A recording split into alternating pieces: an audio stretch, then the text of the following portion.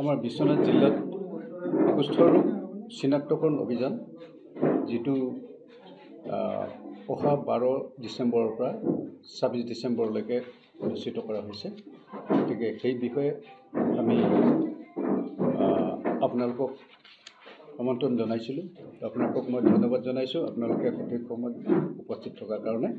আৰু আজি মোৰ লগত আছে district nodal officer leprosy cell doctor Das, doctor Ranjit Das, আৰু দ্বিতীয় doctor Lipen Saikia, SDMO headquarter doctor Eliza Deka, আৰু DPM মিষ্টাৰ পৰাগ শইকীয়াদেৱ। সকলোকে মই নমস্কাৰ জনাইছোঁ। আজি প্ৰেছ মিটৰ মেইন উদ্দেশ্য সেইটো হৈছে আমাৰ আগন্তুক যেটো LCDC অৰ্থাৎ কুষ্ঠৰোগ চিনাক্তকৰণ অভিযান যেটো 12 ডিসেম্বৰৰ পৰা 26 ডিসেম্বৰলৈকে হ'ব। আৰু কেনেকৈ চিনাক্তকৰণ কৰিব? এই প্ৰগ্ৰামটোত আমি চিনাক্তকৰণ কৰিবৰ কাৰণে আমি এটা মাইক্ৰ'প্লেন বনাইছোঁ।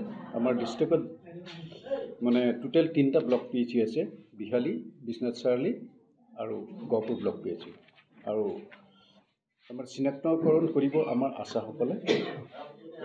আশাসকলৰ লগত প্ৰতিগৰাকী আশাসকলৰ লগত একোজনকৈ মেল ৱৰ্কাৰ থাকিব। গতিকে সেইটো হিচাপে আমাৰ টোটেল টিম থাকিব 771। আৰু আমাৰ টোটেল হাউচ টু হাউচ সেইটো ভিজিট কৰা হ'ব।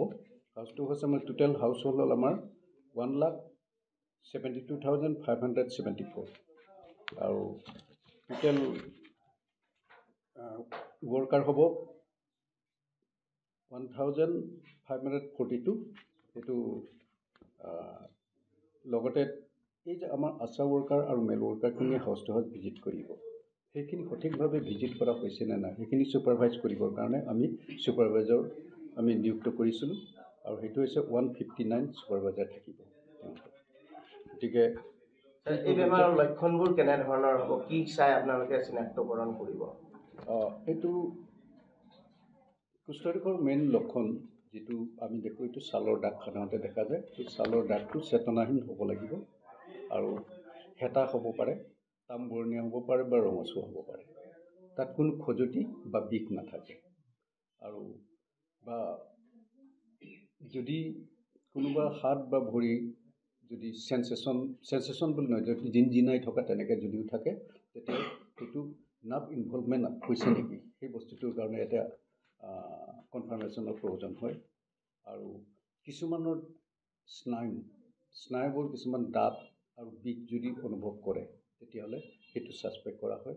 আৰু কিছুমানৰ কাণ আৰু মুখমণ্ডল সৰু সৰু টেমুনাৰ নিচিনা যদি হয় তেতিয়াহ'লে সেইটো এটা সন্দেহ কৰা হয়, সেইটো লেপ্ৰচি হ'ব পাৰে। নিবাৰণ কৰিব পৰা যায় নে নাই? কেনেধৰণৰ নিবাৰণ? কুষ্ঠৰোগটো নিবাৰণ কৰিব পাৰি, কাৰণ কুষ্ঠৰোগৰ ট্ৰিটমেণ্ট যিটো দিয়া আছে সেইটো MDT treatment, multi drug therapy. এই ট্ৰিটমেণ্টটো খুব মানে ভাল এটা ৰিজাল্ট দিয়ে। আৰু কিন্তু কথা হ'ল যে আমি কেছটো আগতীয়াকৈ ডিটেক্ট কৰিব লাগে। আৰ্লি ডিটেকশ্যনটো মেইন বস্তু। আৰ্লি ডিটেকশ্যন কৰি যদি আমি সঠিক সময়ত সঠিক দৰৱ যদি খোৱা হয় তেতিয়াহ'লে সম্পূৰ্ণৰূপে আৰোগ্য হয়। আৰু এই যিখিনি দৰৱ দিয়া হয় সেইটো সম্পূৰ্ণৰূপে বিনামূলীয়া। ইয়াত এটা দুই ধৰণৰ চিকিৎসা আছে। দুই ধৰণৰ চিকিৎসা মানে কি, আমি ছালৰ দাগটোৰ ওপৰত নিৰ্ভৰ কৰিম।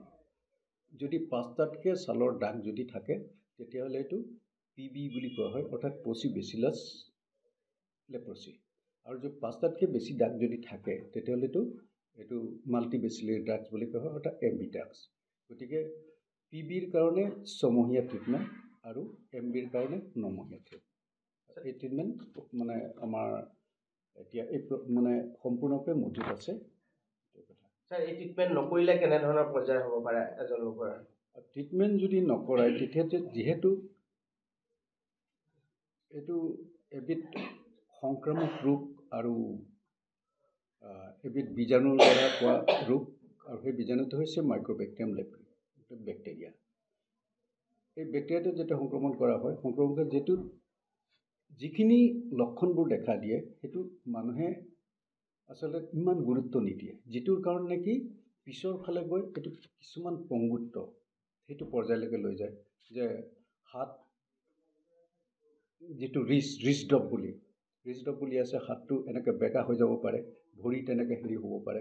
আৰু যিহেতু হাত ভৰিত যদি চেনচেশ্যনটো নাথাকে, আমি যিখিনি দৈনন্দিন কামখিনি কৰাৰ পিছত ক'ৰবাত ঠেকা খুন্দোলা বা ক'ৰবাত যদি পাওঁ, তাত ঘাঁ লাগিলেও তাত কোনো বিষ নহয়, গতিকে তাত মানে কোনো চেনচেশ্যন নাপায়। গতিকে সেইবোৰ হাতৰ আঙুলি বা ভৰিৰ আঙুলিবোৰ টুটি আহে, যিটো নেকি সেইটো বন ৰিজপশ্যন বুলি কোৱা হয়।